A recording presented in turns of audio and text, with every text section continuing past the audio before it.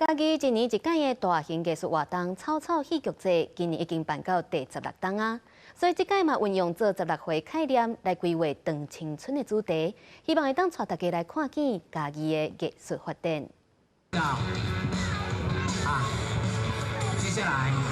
我又是一个人了。剧团的演员伫联会地内底讲口白，顶面阁有行所有的精彩演出。伫嘉义县举办16档的草草戏剧节，今年用长青春做主题，阁甲展览甲戏剧结做伙，要呈现无共的感觉。这届来到草草戏剧节内底，你会使看到，阮有6种无共的分区，阮透过6种无共的角度来讲青春这议题安尼。甲阮的骹步拓甲搁较侪的所在，这是第一个。我感觉今年阮交民雄在地的关系是愈来愈密，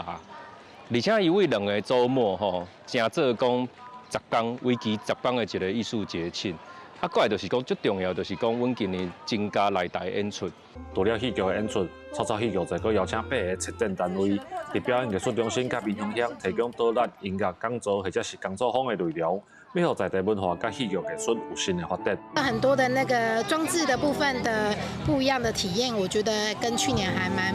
就是小孩都会想要进去看一看，那里面是什么的呈现。小朋友第一档来的时阵啊，无啥有兴趣，到第2年甲第2档、甲第3档的时候，阮发现讲，阮即摆已经有法度物件买，有物件好食，